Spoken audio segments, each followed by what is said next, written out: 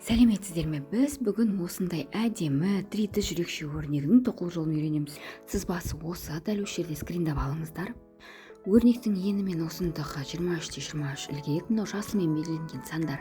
Бұлар өрнекке дейінгі ілгектердің саны, және де мынау жұлдызшалар біздің өрнегіміз белгіленген 3, 7, 11, 15, 15, 3, 7 деп төмен жоғары қарай бұл өрнегіміздің ортасындағы ілгектер саны.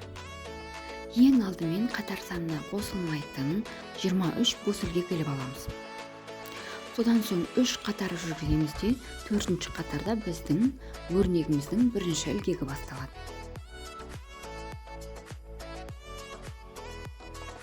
Міне біз 23 ілгек ілдік, 24-ші ілгекті іліп аламыз және екінші ілгектен бастап артқа қарай қайтып тоқып шығамыз.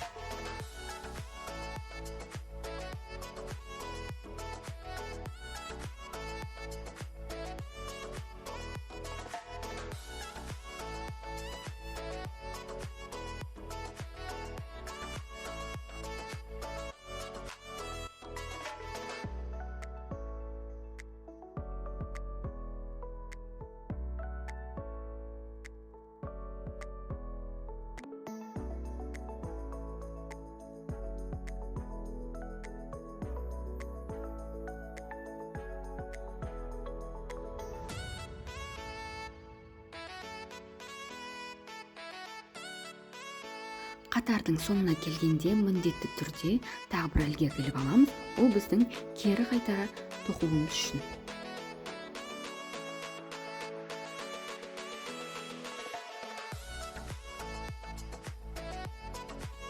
Үш қатарды тоқып біттік, және 4-ші қатардан бастап біздің өрнегіміздің бірінші ілгегі басталады. Яғни 11 ілгек іліп алдым. 12-ші ілгектен бастап дәл видеода көрсетілгендей бір қатарға біз қазір 5 ілгекті іліп шығамыз. Басындағы 11-ші қатардағы ілгек аяқталмағандықтан бізде крючогымызда 6 ілгек болу керек. Осы 6 ілгекті соңында бір ілгекке жинап, қайта жанындағы өрнексіз ілгекке бір рет іліп аламыз. Осылай біздің домалақ өрнегіміз шығады. Осы өрнектен соң тағы 11 ілгек іліп аламыз. Міне 1, 2, 3, 4, 5, 6, 7, 8, 9, 10, 11. Яғни қазір 11 ілгек іліп алдық. Тағы да санап шығыңыздар шатаспас үшін. Қосымша бір ілгек іліп аламыз. Ол біздің кері қарай қайтуымыз үшін. Міне бір ілгек ілдік. Тағы бір. Енді өрнегіміздің теріс жағын тоқып шығамыз. Яғни ешбір ілгексіз, ешбір өрнексіз қосымша. Тек қана бос қатар жүргізіп шығамыз. Өрнегіміз дұрыс 4 бұрышты болып, әдемі болып шығу үшін қатар санын тоқып біткен соң қосымша бір ілгек алып отырыңыздар. Міне біз өрнекке жетіп қалдық. Мұқият болыңыздар. Міндетті түрде қатар бастағанда санап отырыңыздар. 23 ілгек шығуы қажет.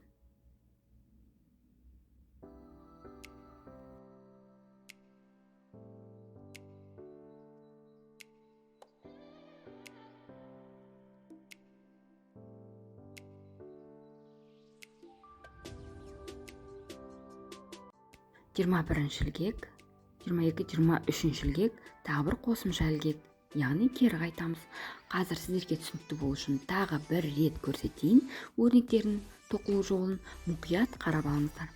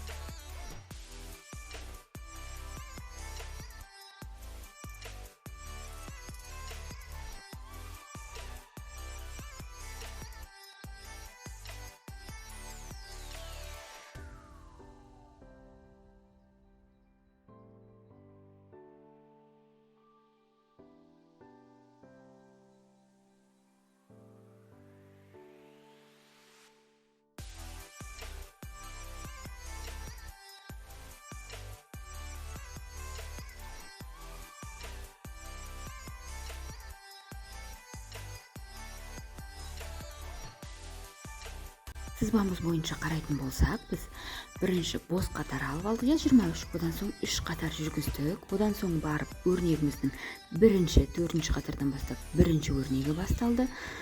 Одан кийин биз бос катар жүргүздүк. Одан кийин барып 9 бир өрнек, 3 бир өрнек және 9 илгек илип алдык. Соңғы жағынан тағы бір тоқыма тоқып көрсетейін, түсінікті болу үшін. 3 бір өрнек 7 бір өрнек 7 бір өрнек 3 сызбамыз бойынша. Қазір біз 3 ілгек іліп аламыз, сосын бір өрнек жүргізетін боламыз.